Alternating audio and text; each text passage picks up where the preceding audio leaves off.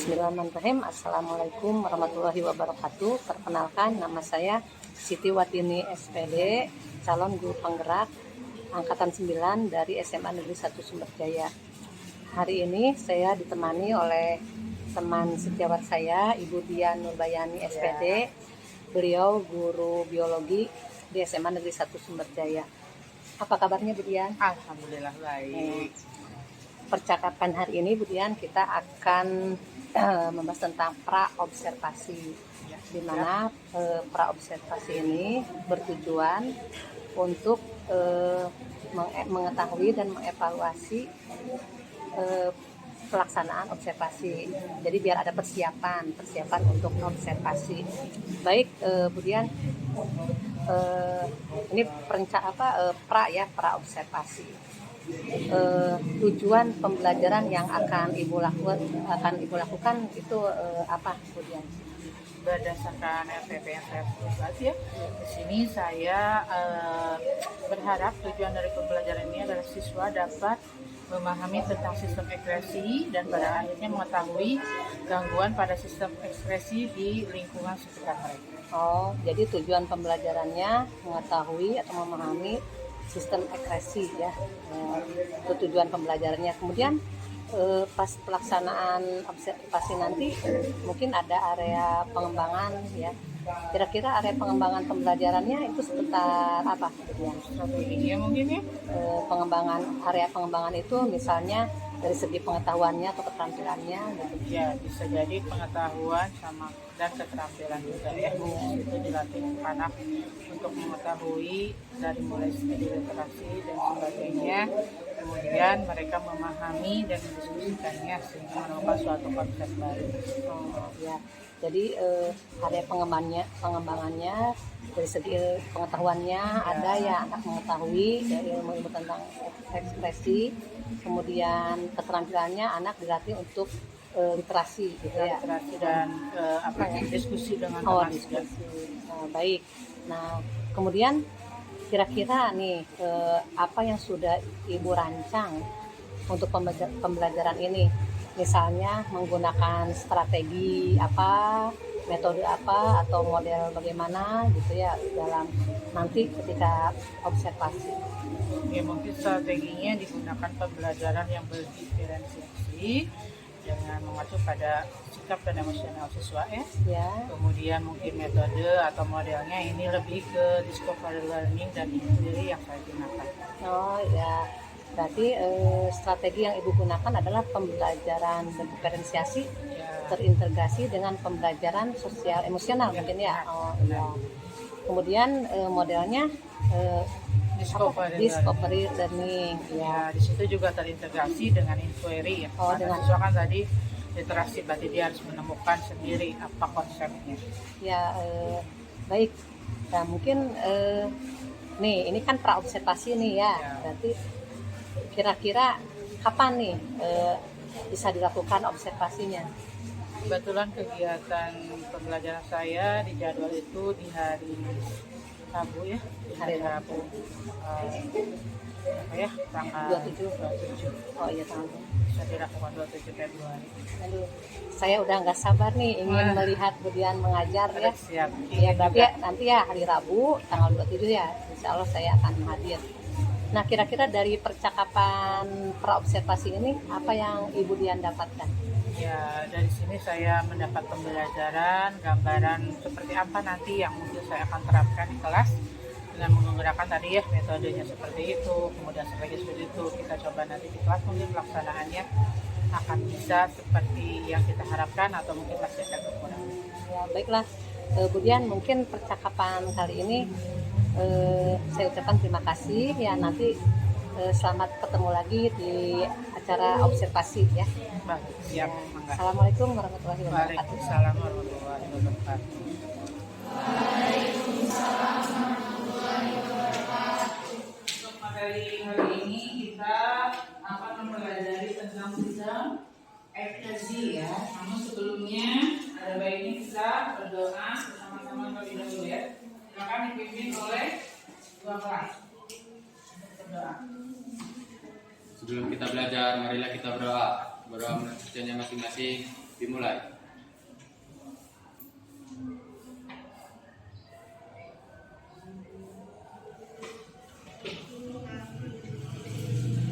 Doa selesai. Ucapkan salam.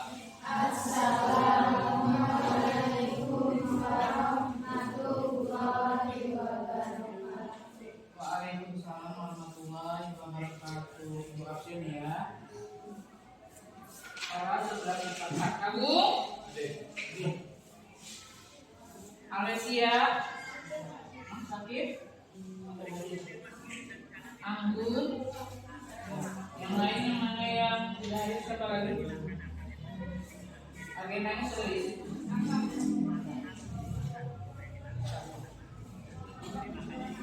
Baik, kita lanjut pada materi sistem ekspresi. Kemarin kita sudah berbicara tentang sistem respirasi, sekarang kita bicara tentang sistem ekspresi. Perhatikan di depan ya. Di sini ada bagan atau peta konsep mengenai sistem ekspresi. Ya. Bentar. Nah, terlihat jelas ya. Jadi yang namanya sistem ekspresi itu apa? Sistem pengeluaran sisa metabolisme. Organnya ada apa saja? Satu, di sini ada yang namanya paru-paru. Ini juga sudah jelaskan kemarin. Paru-paru dikeluarkannya apa? Berupa CO2 dan H2O atau uap air. Kemudian ada ginjal. Apa itu ginjal? Kamu punya ginjal? Ada berapa ginjalnya? Ada 2. Fungsinya buat pembentukan urin. Ya, ada berapa tahap kemarin? 3. Apa saja? Filtrasi. Terjadinya di mana, Rido? Lupa lagi baru kemarin. Di glomerulus. Kemudian yang kedua di mana? Ada yang namanya reabsorpsi atau penyerapan kembali. Itu hasilnya adalah urin sekunder. Lanjutkan, ada augmentasi. Ya, di sini nih ada gambarannya.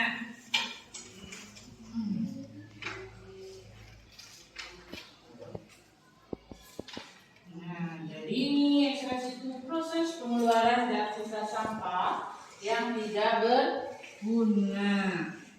Ya, jelas. Kita lanjutkan. Nah, ini ginjal. Jadi sebelah mana dari bagian tubuh kamu? Nah, ada yang pernah merasa sakit pinggang? Kenapa? Masih muda udah sakit pinggang bisa? Biasanya karena telat kurang minum. Minumnya minum air putih yang bagus ya, jangan minum air es. Pagi-pagi ini udah banyak yang minum. Nah, ini bagiannya morfologi dari ginjal. Ada yang bagian luarnya korteks. Nah, tadi yang ibu katakan glomerulus. Sebelah mana tuh? Bisa terlihat ya. Kemudian ada medula, berarti bagiannya yang ke tengah. Semakin ke dalam ada yang namanya pelvis atau salurannya. Nah, ini struktur nefron. Ya. Sebelah sini ada glomerulus. Ini berarti tadi yang dibuat sebagai pembentukan urin primer. Dari sini kemana Bu? Larinya ke tubulus conductus proximal yang di atas, yang melingkar. Ya, itu urin sekunder. Kemudian yang terakhir urin sesungguhnya di mana Bu? Ini. Nanti di kantong ini didiamkan gitu kan, di kolektifus tubula. Lalu ketika kamu mau mengeluarkan air sini, dikeluarkan melalui ureter. Ya, itu prosesnya. Kemudian, nah ini yang tadi kata Rido, perhatikan. Ya, ini proses pembentukan urin, TKP, TKD, dan glomerulus. Ya.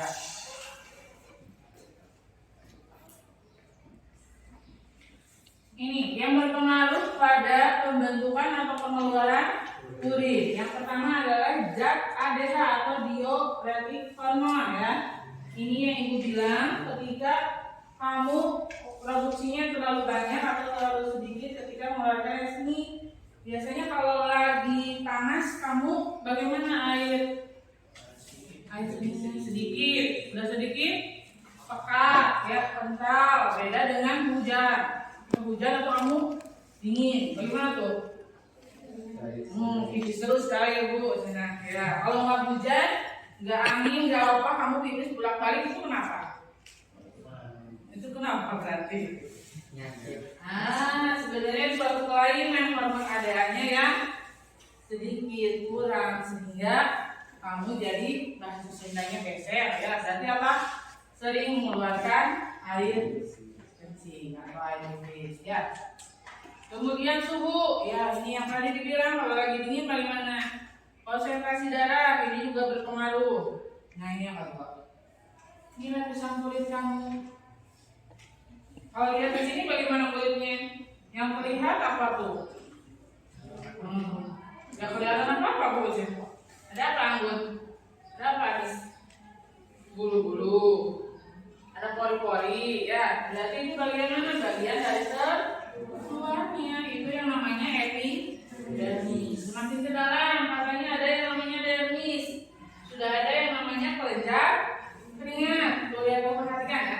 Karena kamu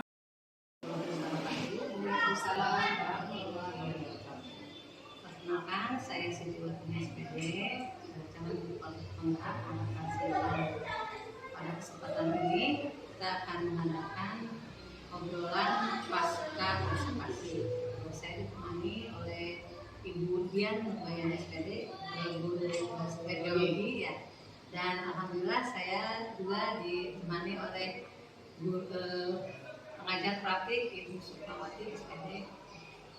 Baiklah, mungkin pada obrolan kali ini tentang pasca observasi ya.